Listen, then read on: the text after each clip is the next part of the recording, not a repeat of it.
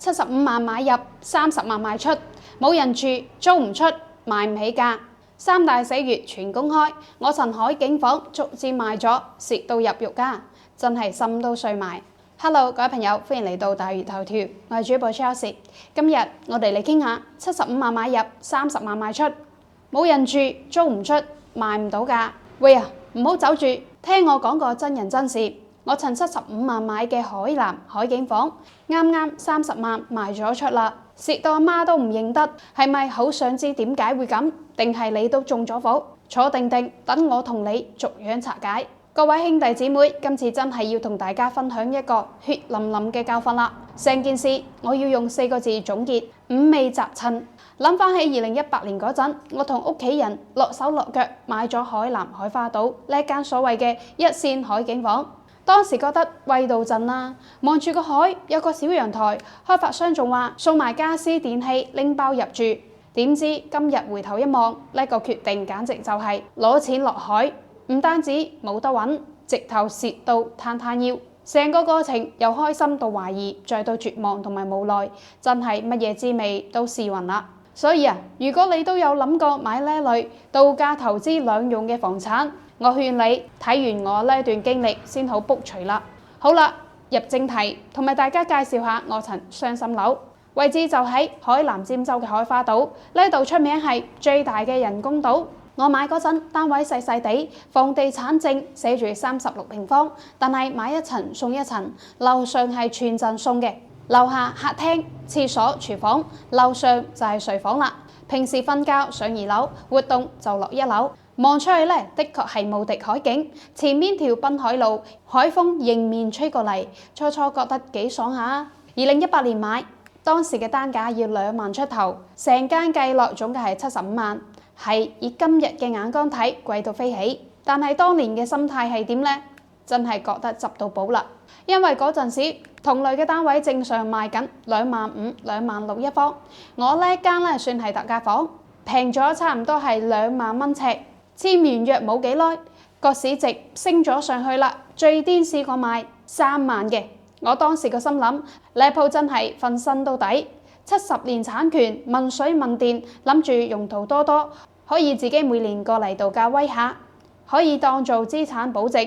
點都好過擺錢入銀行，講出去有間海南海景房，耳朵都響啲啦。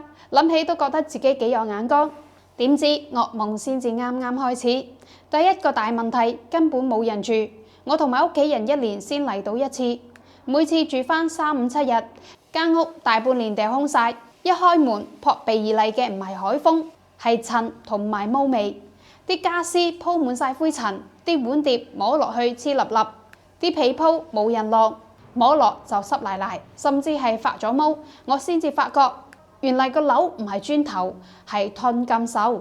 冇人住嘅樓，老化速度真係快到驚人。咁不如租出去啦。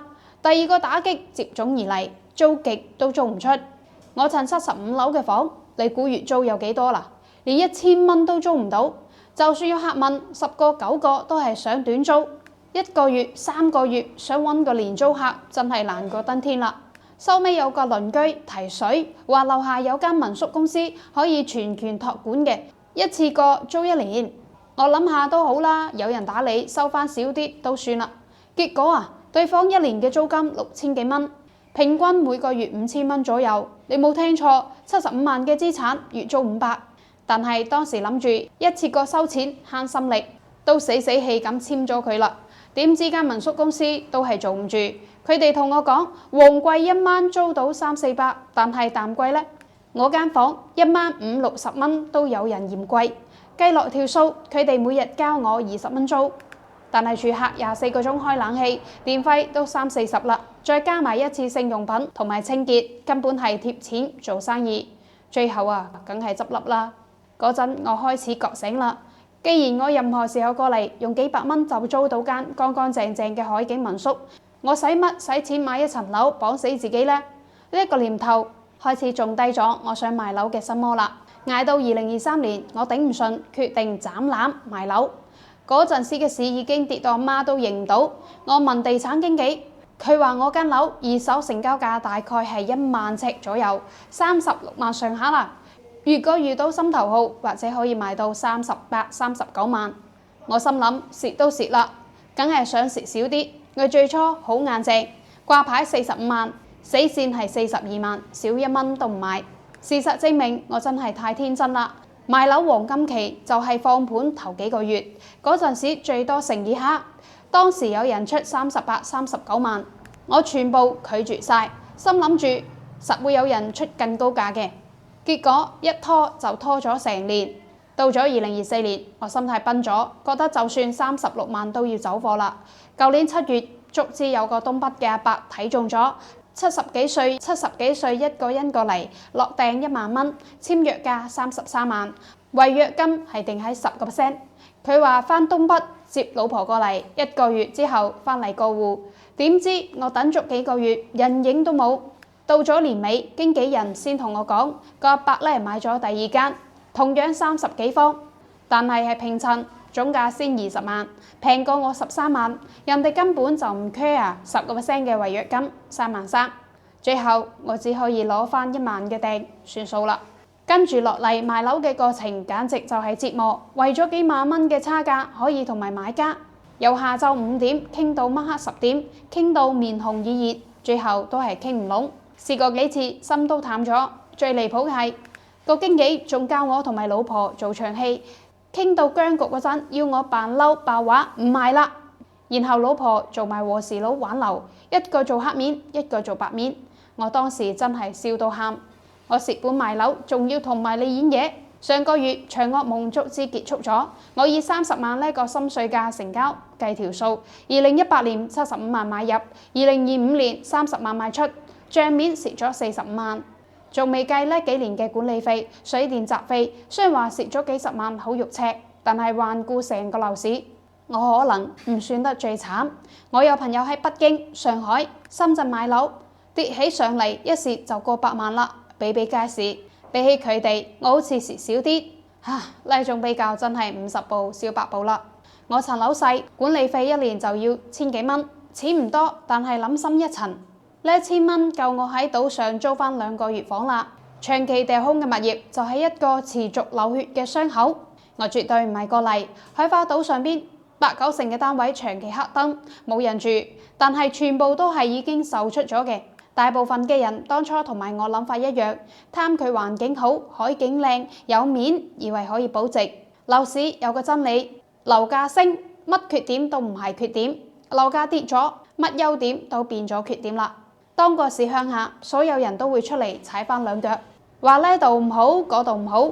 平心而論，海花島配套其實唔差，7.8平方公里嘅大島，超市、醫院齊全，物價比三亞海口要平翻。嚟呢度養老度假，性價比其實幾高下嘅。所以每年嘅冬天，依然係有好多北方人過嚟租樓避寒。經過今次，我學到最寶貴嘅一課。買樓投資，尤其係異地樓，真係要諗過度過啦。度假嘅需求同埋買樓嘅需求根本係兩回事。你可以好中意一個地方，但係唔代表你要喺呢度買層樓綁死自己。租樓嘅靈活性同埋低成本，好多時真係完勝買樓嘅。網上嘅評論更加唔可以盡信。而家嘅論壇同埋短片，習慣將負面嘅消息無限咁放大，睇得多啦，你會覺得全世界都係伏。但係一個地方好同埋壞，最好自己親身去感受下。古人話齋，讀萬卷書不如行萬里路，真係冇講錯。最後，我而家心頭大石逐漸放低咗，雖然話蝕錢啦，但係換嚟嘅係自由同埋教訓。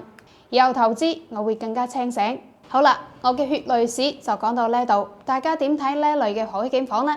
你有冇類似嘅經歷？定係你覺得我蠢到貼地？歡迎下邊留言區盡情討論。如果覺得條片對你有啲啟發，或者係睇到有啲共鳴嘅話，記得俾翻個 like、share 出去，同埋 subscribe 我嘅頻道。下次我再同埋大家分享其他真實嘅投資故事。等我哋一齊學精啲，避開啲伏。